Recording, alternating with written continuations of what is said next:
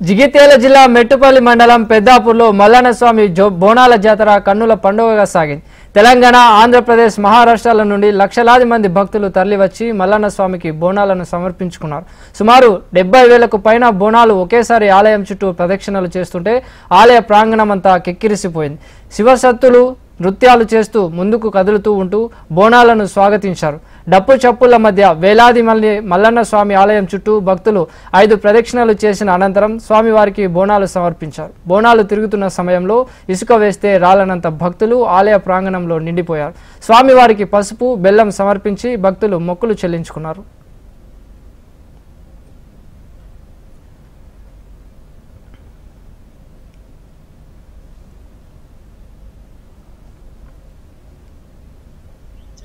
జిల్లా మెట్పల్లి మండల్ పెద్దాపూర్ గ్రామంలో శ్రీ మల్లికార్జున స్వామి జాతర జరుగుతుంది.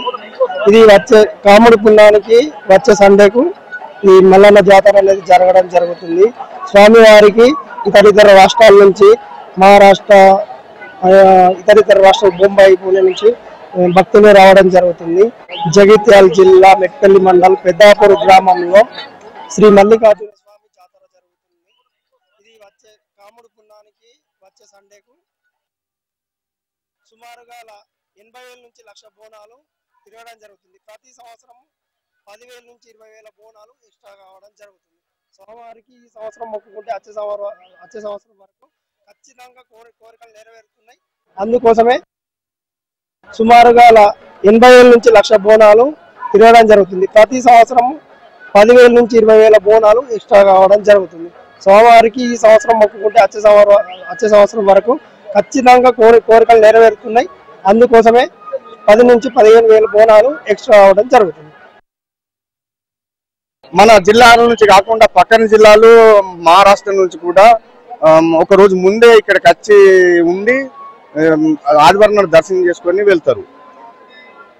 లక్షలాది పబ్లిక్, ఇంత పబ్లిక్ ఉన్నా కానీ కూడా ఏ చిన్న ఆటంకం జరగకుండా మా గ్రామ సభ్యులని మరియు గ్రామస్తుల్ని, మా కమిటీ సభ్యుల సహకారంతో ఇక్కడ అన్ని వచ్చిన భక్తులకు ఏమి ఇబ్బందులు జరగకుండా చలవ పందులే కానీ, తాగడానికి మంచినీరే కానీ అన్ని ఏర్పాటు చేసింది.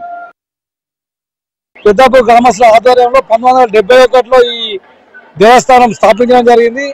అప్పటి నుంచి ఇప్పటి వరకు దాదాపు 55 సంవత్సరాలుగా ఒక 5-10 బోనాలతో స్టార్ట్ అయిన బోనాలు ఇవాళ ఒక 70 నుంచి 80,000 బోనాలు తిరుగుతాయి. పాత కరీంనగర్ జిల్లా, పాత ఆదిలాబాద్ జిల్లా, నిజామాబాద్ జిల్లా, మహారాష్ట్ర నుంచి, ముంబై నుంచి కూడా ఇక్కడికి భక్తులు వస్తారు. ఆంధ్ర, కర్ణాటక నుంచి కూడా భక్తులు వచ్చే పరిస్థితి ఉంది.